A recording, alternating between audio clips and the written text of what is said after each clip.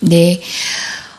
구체적인 사건과 관련해서 직접 여쭙기는 쉽지 않다는 점 저도 너무 잘 알고 있고요. 다만 어떤 사건의 어떤 결론 방향들이 국민의 신뢰를 얻어가거나 아니면 국민의 신뢰에 등 돌리게 되는 어떤 상황이 된다는 것은 법원도 모르지 않으실 걸로 판단됩니다.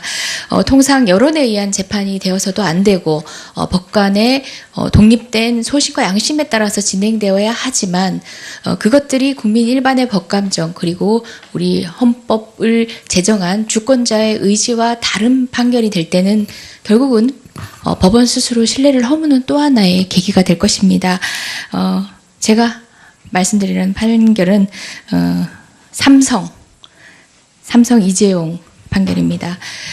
저도 법조 영역에 있으면서 정관 예우가 있냐고 얘기하면 통상 당신이 만나는 한도 내에서는 없으니까 정관 변호사님한테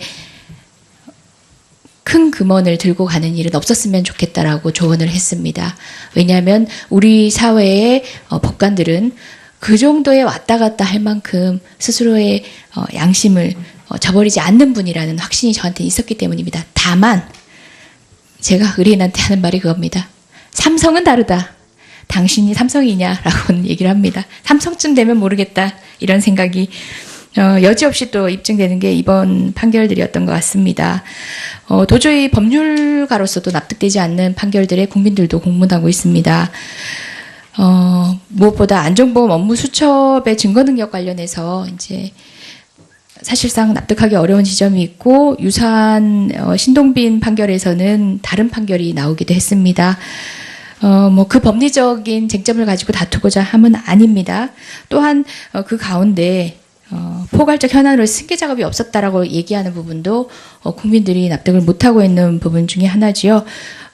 국가기록원 문건을 통해서 제가 밝혀낸 바에 의하더라도 삼성과 관련해서 민정수석실에서 이 영상 아마 전 청와대 민정비서관 선임 행정관에 글귀였던 것 같습니다. 이재용은 세자고 이건희는 왕이고 어쨌든 왕이 있을 때 세자 자리를 잡아줘야 된다는 식의 장황한 내용이 담긴 문건도 발견된 바가 있습니다. 모두가 아는 사실에 법원만 외면하고 있는 판결이었습니다. 그런데 저는 이제 앞서도 말씀드렸다시피 이 사건의 당부에 대한 얘기를 길게 하고 싶었던 건 아닙니다. 이런 여러 가지 국민적 관심이 높은 판결, 국정농단 사건 판결들이 선고되는 과정에서 있은 또 다른 이야기를 하고 싶습니다. 바로 이 이재용 부회장이 항소심 판결문 제공 신청을 해도 거부되고 있고 국민은 그 판단의 이유를 확인할 수가 없습니다. 한 언론, 오마이뉴스입니다. 한 언론에서 항소심 판결 전문을 공개했습니다. 해당 언론사 기자는 1년간 법원 기자실 출입이 정지되었습니다.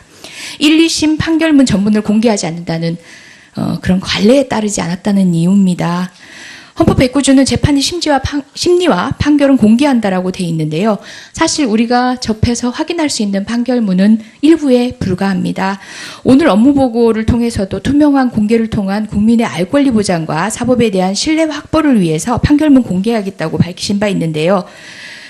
전체 재판에서 판결문이 공개되는 비율 얼마나 됩니까?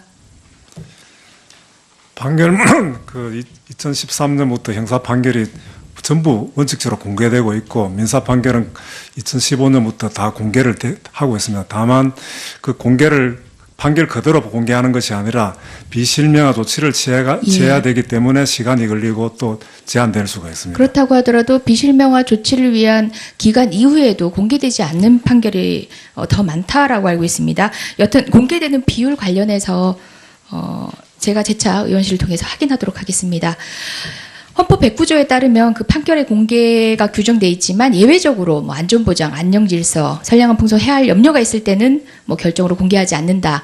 그 규정에 의해서 아마 하위법에서 판결문 비공개 몇 가지 사유 또는 관련 법에 의한 비공개 사유가 있을 걸로 알고 있습니다. 그렇지만 기본적으로 이렇게 확정되지 않았다는 이유로 제한하는 것은 근거 법률이 없다는 생각입니다. 특히 이 사건 같은 경우는 개인의 정보 보호가 중요한 것이 아니라 정경유착의 전형을 보여주는 전국민적 관심사고 정치, 경제 질서 전반에 대해서는 중요한 공익적 공개 이익이 더 큽니다. 판결문 공개하겠다는 포부는 밝히고 있지만 이런 사례들을 통해서 보더라도 당에는 있고 실질적 계획은 부족하다는 느낌을 감출 수 없습니다. 이 사건, 제가 당해 사건의 법률적 담부를 얘기하고자 하는 게 아니라 판결문 공개와 관련된 입장을, 법원의 입장을 여쭙고 싶습니다. 예, 특히 형사 판결은 피고인은 무죄 추정을 받기 때문에 무죄 추정의 그 취지에 비춰서 확정되기 전까지는 공개하지 않는다는 이런 그 원칙을 세우고 있는 것 같습니다. 이 문제도 여러 가지 입법 사항으로도 될 수도 있고 하기 때문에 여러 가지 점에서 공개할 필요가 있을 수도 있고, 따라서 그 입법 조치가 필요한 부분은 입법 조치를 취하고 그 밖에 우리 법원의 정책 결정이 필요하다면 정책 결정을 통해서 가능하면 하도록 하겠습니다. 확정되기 전에 판결이 공개되지 않은 이유는 피고인에 대한 무죄 추정의 원칙 때문에 그렇습니까? 그런 사유가 주로 되고 그 밖에도 지금 이재용 부회장의 항소심 판결문이 공개되지 않은 이유는 마찬가지로 무죄 추정 원칙 때문에 공개되지 않은 것입니까? 그거는 당의 법원에서 공개 사유를 정하기 때문에 혹시 구체적으로 알 수는 없겠습니다. 확인해봐 주시고요. 제가 그럼 재차 다시 물어보겠습니다. 국민참여재판 이야기를 여러분들께서 하시는데요. 국민참여재판에 관련된 개선 방안들에 대한 업무보고 과정 중에 드러나 있지 않은 것이 또 하나 있습니다. 실제 재판 과정에서 보면은 법관이 관여할 사안이 아님에도 불구하고 관여하는 바람에 사실상 배심원들의 판결이 유도되는 경우도 있습니다. 법관은 소송지휘권을 행사할 수 있습니다. 하지만 소송지휘권의 행사가 잘못됐을 경우에는 예단을 줄 수 있습니다. 재판관이라는 그래도 전문가라는 권위가 있기 때문에 배심원의 판결에는 가장 중요한 영향을 끼칠 수 있는 위치에 있는데요. 제가 목격한 어떤 사례에서는 하급 전제로 하고 변론하는 변호사의 변론 행위를 제지한 사례도 있었습니다. 하급시 판례도 충분히 재판의 근거로 삼을 수 있습니다. 대법원의 판결만 확정적이긴 하지만 그럼에도 불구하고 하급시 판례에 진행되고 있는 법리 자체가 당해 사건에 적용되지 말라는 법도 없는데 그런 변론 자체를 제지하는 것을 통해서 당해 결론에 이를 수 없는 그런 경우도 있습니다. 제가 정리해 주시고요. 할 얘기들이 있어서 네. 추가 질의 때 다시 하겠습니다. 네, 그렇게 하시죠. 네, 수고하셨습니다. 다음 존경하는 오신환 의원님 질의하시겠습니다. 처장님, 그 사개특위에서 우리 대법원 법원 개혁을 위한 이제 입법을 해야 될 거 아닙니까? 예, 입법이 뭘 필요한 해야 부분. 될까요? 뭘? 지금 이제 겉으로 이제 여러 가지 얘기들을 지금 하고 있는데 그래서 아마 결국에는 그 과거 사개특위 같은 경우는 법조 일원화가 최대 과제였잖아요. 네. 그걸 통해서 많은 제도를 개선하고 법률을 개정했는데 오늘날 우리가 지금 사개특위에서는 법원의 개혁을 뭘 해야 될까요? 여러 가지 소송 제도를 국민에게 바로 도움이 될 수 있는 그런 방향으로 개정돼. 그건 내부적인 행정적인 절차나 제도 개선인데 그 앞서 처장님 말씀하신 대로 사법개혁의 핵심은 결국에는 정치적 독립, 중립성 확보 어떻게 할 것이냐. 네. 그리고 지금 법원이 고민하고 있는 법원행정처의 과도한 권한 행사, 대법원장의 제왕적 권력을 배분하는 거, 뭐 이런 부분들이 있잖아요. 네. 근데 그 과정에서 지금 그 사법발전위원회에서 오늘 인사말에도 말씀하신 것처럼 대법관 추천 제도, 네. 그러니까 대법원장이 가지고 있는 헌법상 제청 권한에 대해서 네. 일부 개선하겠다라는 뜻을 밝히셨잖아요. 그죠? 그렇습니다. 예. 근데 그 추천위원회 운영하는 것 자체가 지금 현재까지 사실은 그 근거에 없는 규칙을 통해서 대법원장이 추천위원회에다가 자신이 합당하다고 생각한 사람을 추천한 거예요. 그죠? 그 규칙의 근거에서 지금 그렇게 한 거죠. 법원 조직법에 의해서 규칙이 만들어졌고 법원 규칙에- 조직법에는 대법원장이 그것을 추천위원회에다가 추천하라고 되어 있지 않습니다. 지금 그 대법원 규칙에 의해서 현재 대법원장이 대법관 후보 추천위원회 규칙 제7조에 예, 심사 대상자 등의 제시에 대법원장이 이제 대법관 제청 대상자로 적합하다고 생각하는 사람을 추천하게 된다. 예, 그것은 네. 아마 그렇습니다. 규칙에서 만든 겁니다. 그러니까요. 예, 그래서 이 규칙에 예. 법률에 근거하지도 않은 법원조직법에는 그런 내용이 없어요. 그냥 41조 2에 보면 대법관 후보 추천위원회가 있고 추천위원회 구성과 관련된 내용이 있고 3인 이상 추천하도록 되어 있고 뭐 이런 내용이 담겨 네, 있는 네. 거예요. 거기에 왜 대법원장이 대법관 제청 대상자로 적합하는 사람을 추천을 하냐고요. 추천위원회에. 그야말로- 이유 없이. 그러면 대법원장이 이 사람이 좋다라고 추천을 했는데 추천위원회에서 그 10명의 추천위원회 구성 인원들이 대법원장과 연관된 사람이 6명이에요, 무려. 아무 유명무실한 그런 제도를 여지껏 운영해 오고 결과적으로 그것을 개혁의 일환으로 뭔가 제도 개선하겠다고 하는 말 자체가 제가 봐서는 앞뒤가 안 맞는 말이고 그것은 법률로 개정할 게 아니라 그 대법원 규칙을 잘못 운영하고 있었던 지금 법원이 문제라는 거예요. 그것은 아마 연역적으로 볼 때 추천위원회가 없이 옛날엔 대법원장이 일방적으로 그 제청을 했습니다. 그것을 완화시키기 위해서 헌법상 보장되어 있는 대법원장 제청권을 제한하기 위해서 추천위원회를 만들었고 그러니까 그러다 추천위원회를 잘 운영을 예. 그렇게 만들었으면 예. 그 운영 취지에 맞게끔 제도에 맞게끔 운영했으면 되는데 거기에다가 하위에 그 규칙을 만들어 가지고 대법관을 저 대법원장이 또 거기 추천위원회가 아마 적합한 사람을 추천했기 때문에 원래는 문제가 된다는 얘기입니다. 제청권이 대법원장에 있기 예. 때문에 대법원장의 권한을 전혀 무시하고 할 수는 없지 않겠습니까? 그런 의미에서 필요하라 한다고 보았는데 그 그것도 지금 헌법상에는 지금 예. 우리가 헌법 개정하는데 예. 대법원장의 제청권도 지금 삭제하겠다는 거 아닙니까? 그렇기 그래서 때문에. 그것을 완화시키기 위해서 예. 7조를 왜냐하면 이게 지금 대통령 중심제에서 절대 권력을 갖고 있는 대통령이 지금 대법원장을 대통령이 추천하잖아요. 결국에는 그 국회 동의를 받아서 하고 나면 결국에 대법원장이 지금 대법관들 13명을 다 제청할 수 있는 권한을 갖고 있으니 이것이 과거에 양승태 대법원장이 보수 편향적이다라는 공격을 받았던 것처럼 지금 김명수 대법원장도 마찬가지예요. 정치적 편향성은 좌우 보수 진보에 대한 이런 나눌 수 있는 부분이 아니란 말이에요. 그렇기 때문에 이 판사가 갖고 있는 헌법이 부여하고 있는 독립성에 대한 확보를 위해서는 이런 부분들에 대한 제도 개선이 필요하다는 거죠. 그렇기 때문에 그 규칙은 이미 그것은 법률에 근거하지도 않고 잘못 운영된 거기 때문에 그건 폐지하는 게 마땅하고요. 대법관 추천위원회 제도 법률을 좀 개정할 필요가 있단 말이죠. 지금 말씀하신 대로 그 법원조직법 41조 2에 보면 추천위원회에 10명의 추천위원들이 이제 구성이 되는데 거기에 선임 대법관, 법원행정처장, 그 다음에 그 대법관이 아닌 법관 1명, 학식과 덕망이 있는 3명, 뭐 이게 다 대법원장이 추천을 한단 말이에요. 6명, 10명 중에. 그럼 과반 이상을 대법원장이 다 그 컨트롤할 수 있는 사람들을 임명해서 대법원장 영향력 안에 놓고 거기서 3배수를 추천한들 그게 무슨 의미가 있겠습니까? 그 안에서 내부적으로 다 협의해가지고 추천을 하면 그만이지. 그리고 이 대법관 추천위원회 이 회의록도 공개하지 않잖아요, 지금. 예? 제가 매번 얘기지만, 이 대법관 추천위원회가 뭘 어떤 방식으로 추천을 했는지 알 수가 없어요. 회의록을 공개도 안 하니까. 그 3배수가 아니라 결과적으로 그러면은 제청 권한을 지금 헌법에서 폐지하는 것이 저는 마땅하다고 보는데 그 권한을 유지한다면 적어서 3배수가 아니라 2배수를 한다든지 아니면은 추천위원회에서 단독 추천을 해가지고 제청 권한만 행사한다든지 이렇게 해서 좀 독립성을 확보하는 것이 저는 마땅하다고 보기 때문에 이 법원조직법 개정이 좀 필요하다고 생각을 하고요.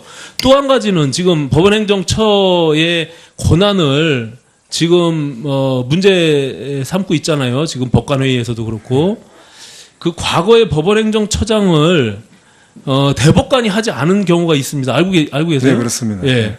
왜 대법관께서 지금 안철상 대법관께서도 대법관으로서 역할을 하라고 한 거지 법원행정처에서 행정을 하라고 지금 대법관으로서 지금 업무를 안 하고 있죠. 재판을 안 하잖아요. 대법관은 그 국회에서 절차를 통해서 그 대법관으로서 역할을 하라는 거지 법원행정처장으로서 역할을 하라는 게 아님에도 불구하고 돌아가면서 처장을 하고 있단 말이에요. 그러면서 일은 과도하게 많다고 하고 대법관은 늘리지 않겠다고 하고 이런 부분들이 모순이라는 거예요. 그렇기 때문에 법원조직법을 개정해서 지금 법원조직법 안에 법원행정처장은 대법관 중에 대법원장이 보한다 이렇게 되어 있죠. 네, 그렇습니다. 그걸 개정하면은 지금 일반 지금 차장님처럼 판사들이 다른 외 판사들이 법원행정처장을 하면 될 거 아닙니까? 그럼 법원행정처의 권한이 조금 축소될 거 아니에요? 오히려 그런 것들이 개혁이지. 그냥 말로만 두리뭉술하게 개혁을 한다고 하면서 김명수 대법원장도 아무런 개혁을 지금 하려고 하지 않아요, 내가 보니까. 네, 추가 질문할게요. 네. 그래서 말씀하시죠. 답변해 보세요. 예, 그 대법원장의 그 대법관 재청권은 참 중요한 문제라고 할 수 있습니다. 그래서 그 종전에 시행되어 온 것을 좀 문제가 있다고 지적되는 부분, 특히 재시권 이 부분은 폐지하고 그것을 이제 행사하지 않는 걸로 이렇게 하기로 했습니다. 그리고 그럼에도 불구하고 대법원장이 추천하는 위원이 너무 많다, 이런 점을 감안해서 더 그 독립적으로 더 할 수 있도록 이렇게 또 제도 개선을 지금 생각하고 있습니다. 그 법원 행정처장이 대법관이 되어야 되느냐, 그런 것은 정책의 문제라고 할 수 있습니다. 그래서 종전에 안 됐다가 또 대법관 회의에 행정처장이 포함 안 되면 또 문제 있다. 그리고 국회 측에서도 대법관이 행정처장을 만든 게 좋겠다. 이래서 하면 또 다시 원상으로 복귀된 것으로 생각됩니다. 이것은 아마 여러 가지 점에서 종합적으로 고려해가지고 결정할 문제가 아닌가 생각됩니다. 예, 네. 예, 오신환 의원님 수고하셨습니다. 다음 이철희 의원님 질의하시겠습니다. 예, 처장님, 제가 오전에 질의 답변 과정에서 약간 좀 제가 약간 혼란을 겪어서 처장님한테 좀 명료하게 답변을 좀 듣고 싶어서요. 그 내부 게시판에 글을 올린 김동진 판사에 대해서 징계위원회를 열 것을 검토하고 있다, 이렇게 답변하셨는데 맞습니까? 아직까지 징계위원회 열기 위해서는 또 절차가 필요하기 때문에 그 징계 사유에 해당되는지 어느 정도 된다고 해야만이 징계위원회 열리니까 그 정도는 아닌 것으로 알고 있습니다. 그 징계위원회 열 건지를 검토하고 있는 건 아니다, 이런 말씀이시죠? 예, 예. 네. 또 관련해서 저는 이렇게 생각하는데, 제가 좀 차장님한테 이런 질문 드려보면 네. 어떻게 답변하실지 모르겠습니다. 우리 국민 중에 누군가가 대통령을 욕하거나 비판하는 게 문제 있습니까? 그것은 뭐 명예훼손이라든지 이런 게 해당되지 않는 한 비판은 자유롭게 그렇죠. 대통령도 된다고 비판할 생각합니다. 수 있는 거죠. 나라님, 뭐 임금님 욕은 뭐 할 수 있는 거 아닙니까, 그죠? 근데 오전에 답변하시는 걸 들으면서, 그런데 왜 법관에 대해서는 그걸 하면 안 된다고 말씀하시는 것처럼 들려서 제가 좀 분명하게 하고 싶어서 질문을 드립니다. 뭐 제가 좀 법의 전문가는 아닙니다만 제가 상식적으로 이해를 하자면, 헌법에 모든 권력은 국민으로부터 나온다, 이렇게 돼 있잖아요. 예. 그러면 판사나 법원이 행사하는 판결권도 국민이 위임해 준 거 아닙니까? 예, 그죠? 맞습니다. 예. 이게 하늘이 준 권한이 아니잖아요. 예. 위임해 준 거잖아요. 우리가 그렇게 약속을 한 거 아닙니까? 그게 헌정 질서인데, 그 주권자인 국민이 판결에 대해서 이러쿵저러쿵 하는 게 문제 있습니까? 그것이 약간 그 기본적으로 격한 언사를 쓴다고 해서 그것이 문제가 될 수 있습니까? 격한 언사라기보다도 그 재판의 판단은 법적 평화를 추구하는 거라고 할 수 있습니다. 그 법적 평화라는 것은 당사자한테 맡겨놓으면 그 양육 강식에 따라서 이렇게 평화를 이룰 수가 없기 때문에 아니, 그건 알겠고요. 법원 판단에 대해서 승복하라는 이런 그러니까 예. 법원 판결 승복 안 할 방법이 없잖아요. 예, 솔직히. 그러니까 그 승복하는 방법 그러니까 승복을 하는데 그 컴플레인, 과도한 비판은 승복을 안 하겠다는 이런 뜻으로 저는- 해석될 수가 있기 때문에 그렇다고 생각합니다. 저는 좀 다르게 생각합니다. 판결에 승복 안 하는 거라면 네. 그거는 그것대로 또 처벌을 해야 될 거라고 봅니다만, 승복하는 선에서 비판도 하고 불만도 제기하고 토론하자고 하는 것은 전 당연하다고 봅니다. 주권자의 권리고요. 예. 한 사회의 시스템이 상권을 분립시켜 놓은 취지도 그렇다고 보면 판결에 대해서 이러쿵저러쿵 하는 사회적 토론은 열려 있어야 되는 거죠. 예, 그렇습니다. 그렇죠. 그건 막으면 안 되는 예. 거잖아요. 그래서 그런 소통의 과정을 통해서 사법행정이나 판결이 또 진화하는 거 아닙니까? 발전하는 네, 거잖아요. 맞습니다. 항문적 발전을 그래서 위해서도 필요합니다. 기본적인 스탠스를 전 네. 처장님이 네. 제가 좀 오해하는 건지 모르겠습니다만 네. 열려 있다. 예. 그러나 단 너무 좀 과도하게 감정적 비판은 좀 예, 자제했으면 그렇습니다. 좋겠다. 이렇게 말씀하시는 게 좀 온당한데, 예, 저희 생각이 그렇습니다. 제가 듣기에 따라서는 판결이 났으면 승복하는 게 답이지 자꾸 이렇게 저렇게 하지 마라. 그게 우리 그거 아니냐, 취지 아니냐, 이렇게 들릴 것 같아서 예. 제가 드리는 말씀이고요. 예.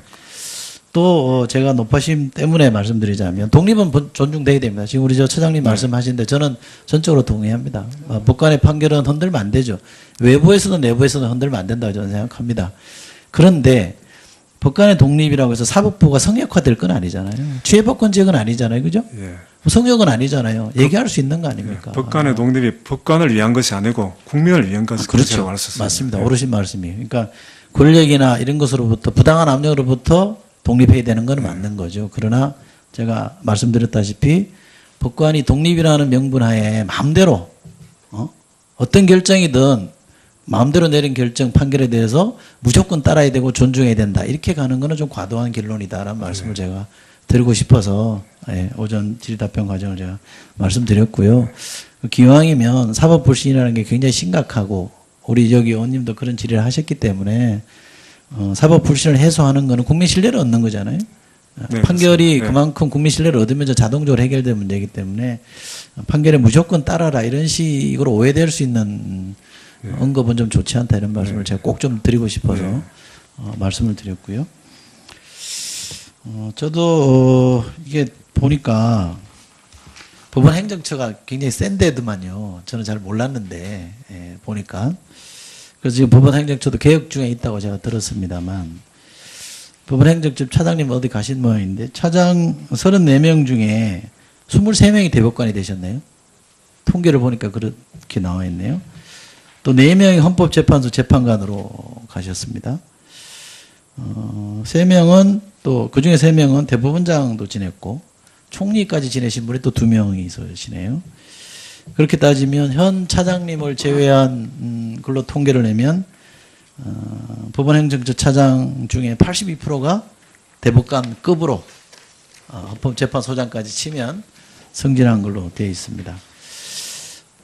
또 한 언론사 경향신문입니다. 이게 통계 낸 거 보니까 2005년 9월부터 2017년 9월까지 행정처 출신의 판사 456명을 전수조사했고 법원행정처를 거치고 고등법원 부장판사의 승진 시기를 맞은 44명의 판사 100%가 부장판사로 승진했답니다.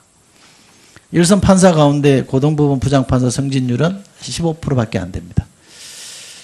이게 좀 누가 봐도 물론 이렇게 설명할 수 있습니다. 훌륭하시고 똑똑하신 분이 법원행정처 온다. 그러니까 거기 그쳐가신 분이 잘 되는 건 맞다. 그 말도 저는 성립이 되고 합리적일 수 있다고 봅니다만 그러나 특정 부처라 그래야 됩니까? 부서를 지내신 분이 거쳐가신 분이 유독 승진이 잘 되고 대법원까지 잘 간다 그러면 저는 그 통계 자체가 주는 메시지도 분명히 있다고 봅니다. 과하지 않습니까?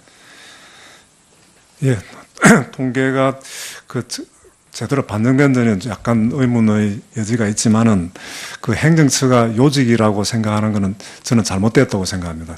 오로지 사법부의 요직은 재판하는 것이고 행정처는 재판 업무를 지원하는 그런 부서에 불과하다고 생각합니다. 네, 그래서 그래서 요직이 아니게 돼야 되고 요직이라 하더라도 앞으로는 요직이 안 되도록 하는 게 바람직한 모습이 아닌가 싶습니다. 일선에서 이런 표현이 가능한지 모르겠습니다. 일선 재판 현장에서 열심히 뛰시는 분들이 더 승진 잘 되고 대접받는 그런 법원 분위기가 되면 좋겠습니다. 예, 그런 의미에서 고등법원 부장판사를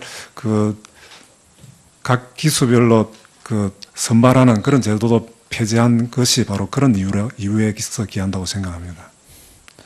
이제 이철희 의원님 수고하셨습니다. 다음 존경하는 염동열 의원님 질의하시겠습니다.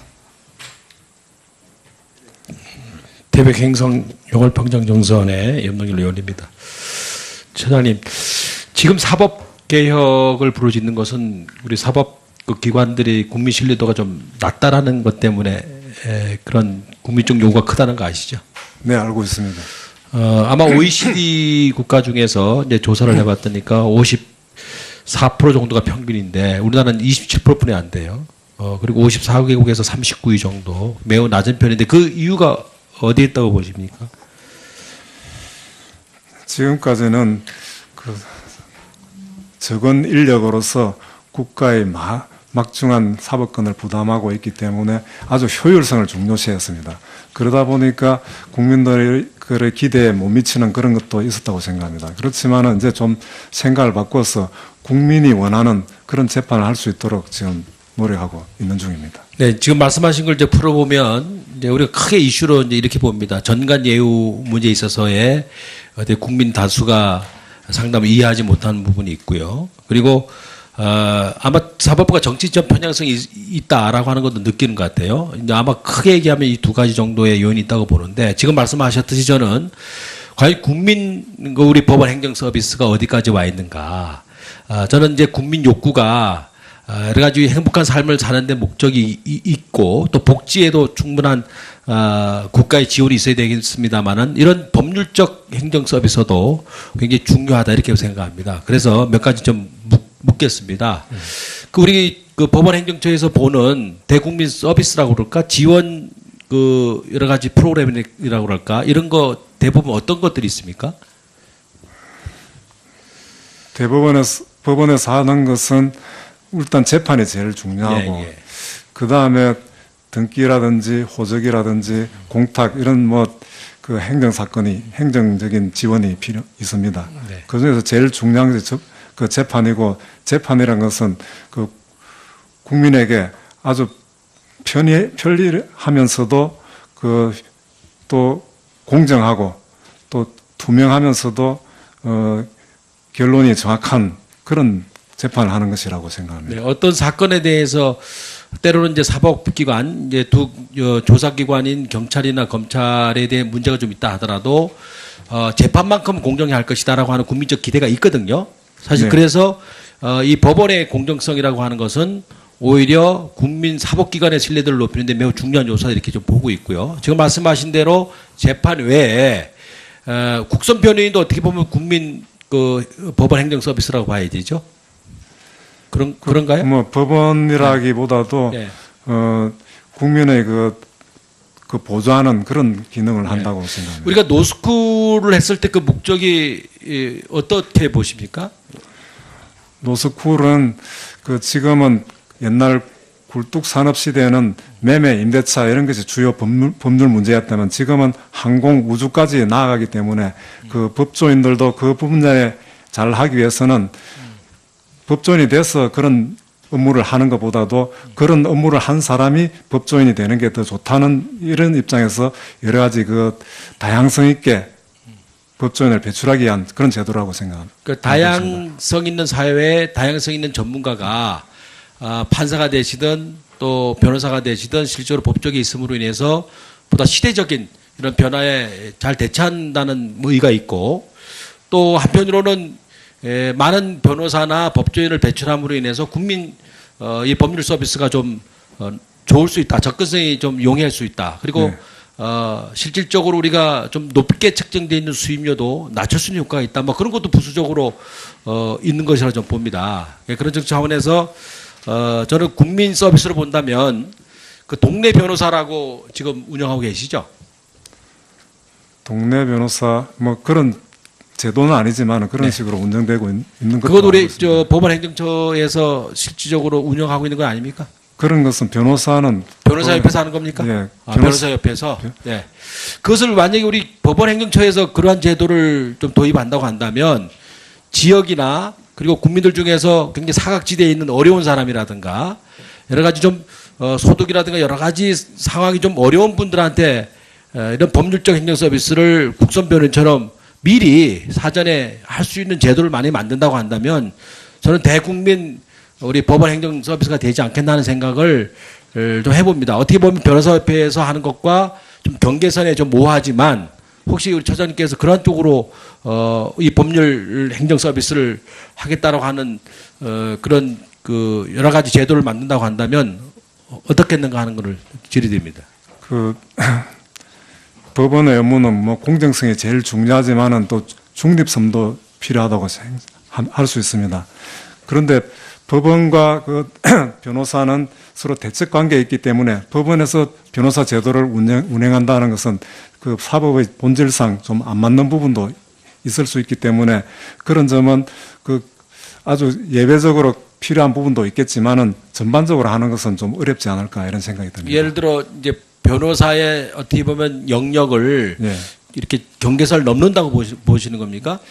영역을 넘는다기보다도 업무의 성질이 다르기 때문에 아까 오전에 했던 국선 전담 변호사 제도도 그런 의문을 제기하신 분이 있듯이 그 법원 측에서도 뭐 소수적으로 운행할 수는 있겠지만은 전반적으로 하는 것은 어렵고 다만 법원에서도 그런 걸 위해서 소송 구조 제도를 확충해서 그 변호사회에서 하는 또는 다른 소송 구조공단에서 하는 그런 변호사들을 그 소송 조력을 할 수 있도록 이렇게 적극적으로 하고 있습니다. 그 법률구조공단에서 그런 역할을 하고 있죠. 네, 그렇습니다. 그것을 아까도 말씀드렸듯이 지역으로 좀 더 이렇게 확장해 나갈 수 없나 하는 말씀을. 왜냐하면 네. 우리 서민들이 네. 또 지방에 있는 분들이 쉽게 그 법률공단하고 접근할 수 있는 이런 제도적 장치가 좀 필요하다 해서 말씀드리는 겁니다. 예, 법원에서 관여할 필요가 있는지는 모르지만은 위원님께서 말씀하신 그런 제도는 충분히 생각해 볼 필요가 있다고 생각합니다. 이사님.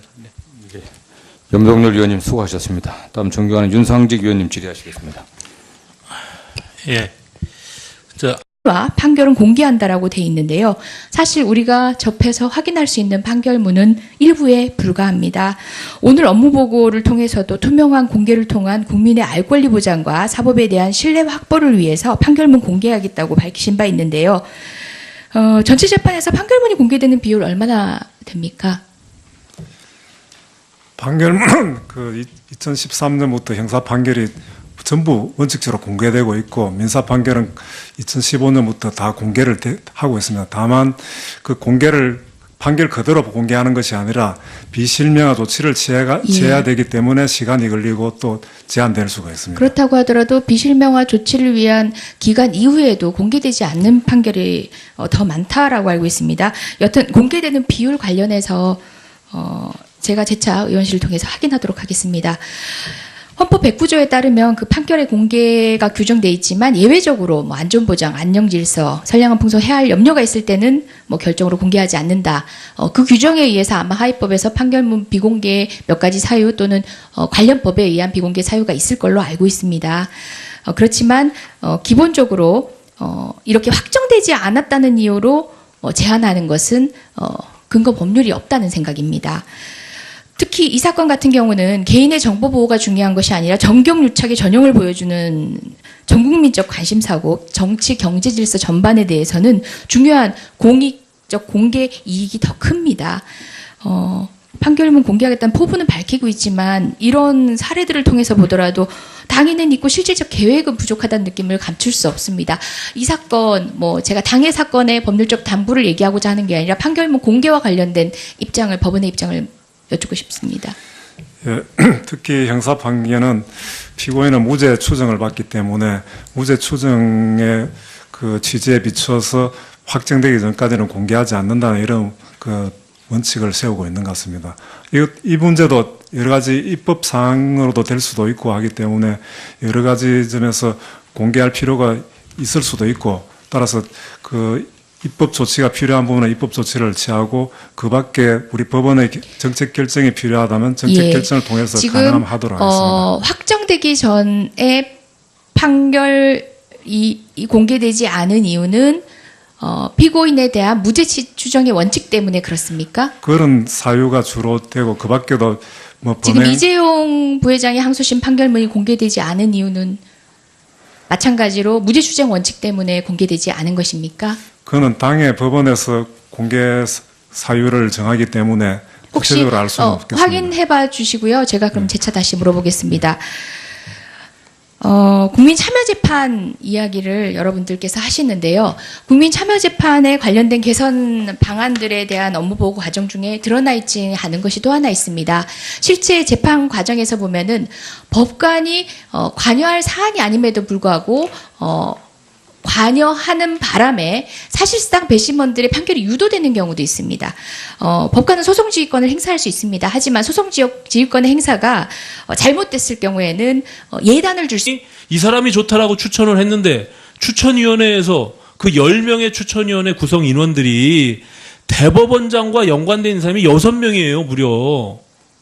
아무 유명무실한 그런 제도를 여지껏 운영해 오고 결과적으로 그것을 개혁의 일환으로 뭔가 제도 개선하겠다고 하는 말 자체가 제가 봐서는 앞뒤가 안 맞는 말이고 그것은 법률로 개정할 게 아니라 그 대법원 규칙을 잘못 운영하고 있었던 지금 법원이 문제라는 거예요. 그것은 아마 연역적으로 볼 때 추천위원회가 없이 옛날엔 대법원장이 일방적으로 그 제청을 했습니다. 그것을 완화시키기 위해서 헌법상 보장되어 있는 대법원장 제청권을 제한하기 위해서 추천위원회를 만들었고, 그러니까 그러다 추천위원회를 잘 운영을 예. 그렇게 만들었으면 예. 그 운영 취지에 맞게끔 제도에 맞게끔 운영했으면 되는데 거기에다가 하위에 그 규칙을 만들어 가지고 대법관을 저 대법원장이 또 거기 추천위원회가 아마 적합한 사람을 추천했기 때문에 원래는 문제가 된다는 얘기입니다. 제청권이 대법원장에 있기 예. 때문에 대법원장의 권한을 전혀 무시하고 할 수는 없지 않겠습니까? 그런 의미에서 필요하라 한다고 보았는데, 그 그것도 지금 헌법상에는 지금 예. 우리가 헌법 개정하는데 예. 대법원장의 제청권도 지금 삭제하겠다는 거 아닙니까? 그렇기 그래서 때문에. 그것을 완화시키기 위해서 예. 7조를 왜냐하면 이게 지금 대통령 중심제에서 절대 권력을 갖고 있는 대통령이 지금 대법원장을 대통령이 추천하잖아요. 결국에는 그 국회 동의를 받아서 하고 나면 결국에 대법원장이 지금 대법관들 13명을 다 제청할 수 있는 권한을 갖고 있으니 이것이 과거에 양승태 대법원장이 보수 편향적이다라는 공격을 받았던 것처럼 지금 김명수 대법원장도 마찬가지예요. 정치적 편향성은 좌우 보수 진보에 대한 이런 나눌 수 있는 부분이 아니란 말이에요. 그렇기 때문에 이 판사가 갖고 있는 헌법이 부여하고 있는 독립성에 대한 확보를 위해서는 이런 부분들에 대한 제소 개선이 필요하다는 거죠. 그렇기 때문에 그 규칙은 이미 그것은 법률에 근거하지도 않고 잘못 운영된 거기 때문에 그건 폐지하는 게 마땅하고요. 대법관 추천위원회 제도 법률을 좀 개정할 필요가 있단 말이죠. 지금 말씀하신 대로 그 법원조직법 41조 2에 보면 추천위원회에 10명의 추천위원들이 이제 구성이 되는데 거기에 선임 대법관, 법원행정처장, 그 다음에 그 대법관이 아닌 법관 1명, 학식과 덕망이 있는 3명, 뭐 이게 다 대법원장이 추천을 한단 말이에요. 6명, 10명 중에. 그럼 과반 이상을 대법원장이 다 그 컨트롤할 수 있는 사람들을 임명해서 대법원장 영향력 안에 놓고 거기서 3배수를 추천한들 그게 무슨 의미가 있겠습니까? 그 안에서 내부적으로 다 협의해가지고 추천을 하면 그만이지. 그리고 이 대법관 추천위원회 이 회의록도 공개하지 않잖아요, 지금. 예? 제가 매번 얘기지만, 이 대법관 추천위원회가 뭘 어떤 방식으로 추천을 했는지 알 수가 없어요. 회의록을 공개도 안 하니까. 그 3배수가 아니라 결과적으로 그러면은 제청 권한을 지금 헌법에서 폐지하는 것이 저는 마땅하다고 보는데 그 권한을 유지한다면 적어서 3배수가 아니라 2배수를 한다든지 아니면은 추천위원회에서 단독 추천을 해가지고 제청 권한만 행사한다든지 이렇게 해서 좀 독립성을 수 있습니다. 재판관이라는 그래도 전문가라는 권위가 있기 때문에 배심원의 판결에는 가장 중요한 영향을 끼칠 수 있는 위치에 있는데요. 제가 목격한 어떤 사례에서는 하급 전제로 하고 변론하는 변호사의 변론 행위를 제지한 사례도 있었습니다. 하급시 판례도 충분히 재판의 근거로 삼을 수 있습니다. 대법원의 판결만 확정적이긴 하지만 그럼에도 불구하고 하급시 판례에 진행되고 있는 법리 자체가 당해 사건에 적용되지 말라는 법도 없는데 그런 변론 자체를 제시하는 것을 통해서 당해 결론에 이를 수 없는 그런 경우도 있습니다. 제가 정리해 주시고요. 할 얘기들이 있어서 네. 예, 추가 질의 때 다시 하겠습니다. 그렇게 하시죠. 네, 수고하셨습니다. 다음 존경하는 오신환 위원님 질의하시겠습니다. 처장님, 그 사개특위에서 우리 대법원 법원 개혁을 위한 이제 입법을 해야 될 거 아닙니까? 예, 입법이 뭘 필요한 해야 부분. 될까요? 뭘? 지금 이제 뭐 겉으로 이제 여러 가지 얘기들을 지금 하고 있는데 그래서 아마 결국에는 그 과거 사개특위 같은 경우는 법조 일원화가 최대 과제였잖아요. 네. 그걸 통해서 많은 제도를 개선하고 법률을 개정했는데 오늘날 우리가 지금 사개특위에서는 법원의 개혁을 뭘 해야 될까요? 여러 가지 소송 제도를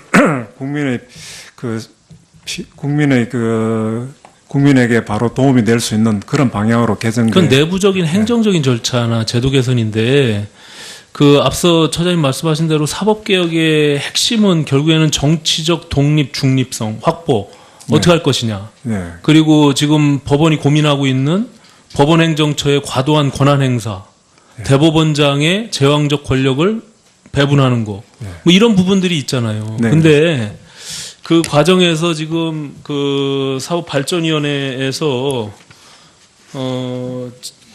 오늘 인사말에도 말씀하신 것처럼 대법관 추천 제도, 네. 그러니까 대법원장이 가지고 있는 헌법상 재청 권한에 대해서 네. 일부 개선하겠다라는 뜻을 밝히셨잖아요. 그죠? 그렇습니다. 예. 근데 그 추천위원회 운영하는 것 자체가 지금 현재까지 사실은 그 근거에 없는 규칙을 통해서 대법원장이 추천위원회에다가 자신이 합당하다고 생각하는 사람을 추천한 거예요.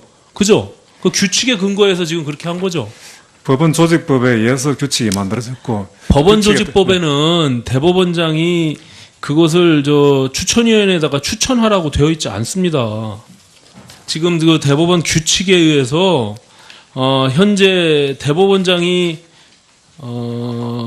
대법관 후보 추천위원회 규칙 제7조에 예, 심사 대상자 등의 제시에 대법원장이 이제 대법관 재청 대상자로 적합하다고 생각하는 사람을 추천하게 된다. 예, 그것은 네. 아마 그렇습니다. 규칙에서 만든 겁니다. 그러니까요. 예, 그래서 이 규칙에 예. 법률에 근거하지도 않은 법원조직법에는 그런 내용이 없어요. 그냥 41조 2에 보면 대법관 후보 추천위원회가 있고 추천위원회 구성과 관련된 내용이 있고 3인 이상 추천하도록 되어 있고 뭐 이런 내용이 담겨 네, 있는 네. 거예요. 거기에 왜 대법원장이 대법관 재청 대상자로 적합하는 사람을 추천을 하냐고요. 추천위원회.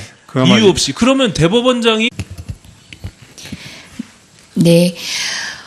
구체적인 사건과 관련해서 직접 여쭙기는 쉽지 않다는 점 저도 너무 잘 알고 있고요. 다만 어떤 사건의 어떤 결론 방향들이 국민의 신뢰를 얻어가거나 아니면 국민의 신뢰에 등 돌리게 되는 어떤 상황이 된다는 것은 법원도 모르지 않으실 걸로 판단됩니다.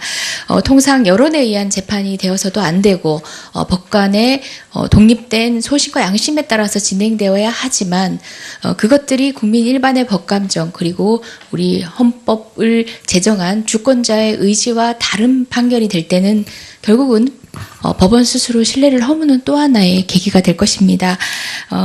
제가 말씀드리는 판결은 삼성 이재용 판결입니다. 저도 법조 영역에 있으면서 정관 예우가 있냐고 얘기하면 통상 당신이 만나는 한도 내에선 없으니까 정관 변호사님한테 큰 금원을 들고 가는 일은 없었으면 좋겠다라고 조언을 했습니다. 왜냐하면 우리 사회의 법관들은 그 정도에 왔다 갔다 할 만큼 스스로의 양심을 저버리지 않는 분이라는 확신이 저한테 있었기 때문입니다. 다만 제가 의뢰인한테 하는 말이 그겁니다. 삼성은 다르다. 당신이 삼성이냐라고는 얘기를 합니다. 삼성쯤 되면 모르겠다 이런 생각이 여지없이 또 입증되는 게 이번 판결들이었던 것 같습니다.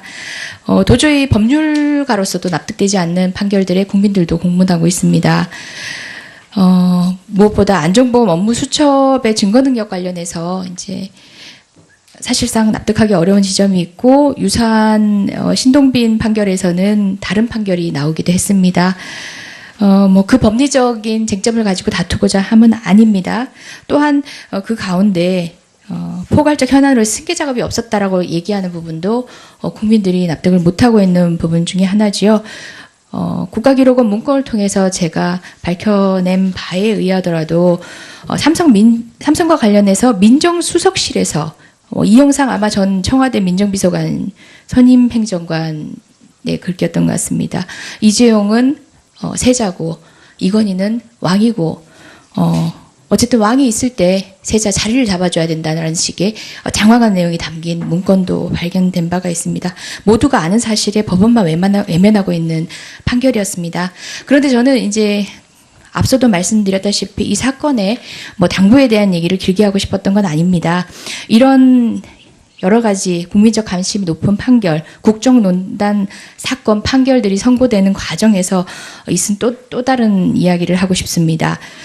바로 이 이재용 부회장이 항소심 판결문 제공 신청을 해도 거부되고 있고 국민은 그 판단의 이유를 확인할 수가 없습니다. 한 언론, 오마이뉴스입니다. 한 언론에서 항소심 판결 전문을 공개했습니다. 해당 언론사 기자는 1년간 법원 기자실 출입이 정지되었습니다. 1, 2심 판결문 전문을 공개하지 않는다는 그런 관례에 따르지 않았다는 이유입니다. 헌법 109조는 재판의 심리와 확보하는 것이 저는 마땅하다고 보기 때문에 이 법원조직법 개정이 좀 필요하다고 생각을 하고요. 또 한 가지는 지금 법원행정처의 권한을 지금 문제 삼고 있잖아요. 지금 법관회의에서도 그렇고 그 과거에 법원행정처장을 대법관이 하지 않은 경우가 있습니다. 알고 계세요? 네, 그렇습니다. 예. 왜 대법관께서 지금 안철상 대법관께서도 대법관으로서 역할을 하라고 한 거지 법원행정처에서 행정을 하라고 지금 대법관으로서 지금 업무를 안 하고 있죠. 재판을 안 하잖아요. 대법관은 그 국회에서 절차를 통해서 그 대법관으로서 역할을 하라는 거지 법원행정처장으로서 역할을 하라는 게 아님에도 불구하고 돌아가면서 처장을 하고 있단 말이에요. 그러면서 일은 과도하게 많다고 하고 대법관은 늘리지 않겠다고 하고 이런 부분들이 모순이라는 거예요. 그렇기 때문에 법원조직법을 개정해서 지금 법원조직법 안에 법원행정처장은 대법관 중에 대법원장이 보한다 이렇게 되어 있죠. 네, 그렇습니다. 그걸 개정하면은 지금 일반 지금 차장님처럼 판사들이 다른 외의 판사들이 법원행정처장을 하면 될 거 아닙니까? 그럼 법원행정처의 권한이 조금 축소될 거 아니에요? 오히려 그런 것들이 개혁이지 그냥 말로만 두리뭉술하게 개혁을 한다고 하면서 김명수 대법원장도 아무런 개혁을 지금 하려고 하지 않아요. 내가 보니까. 추가 질문할게요. 네. 그래서 답변해 보세요. 예, 그 대법원장의 그 대법관 재청권은 참 중요한 문제라고 할 수 있습니다. 그래서 그 종전에 시행되어 온 것을 좀 문제가 있다고 지적되는 부분, 특히 재시권 이 부분은 폐지하고 그것을 이제 행사하지 않는 걸로 이렇게 하기로 했습니다.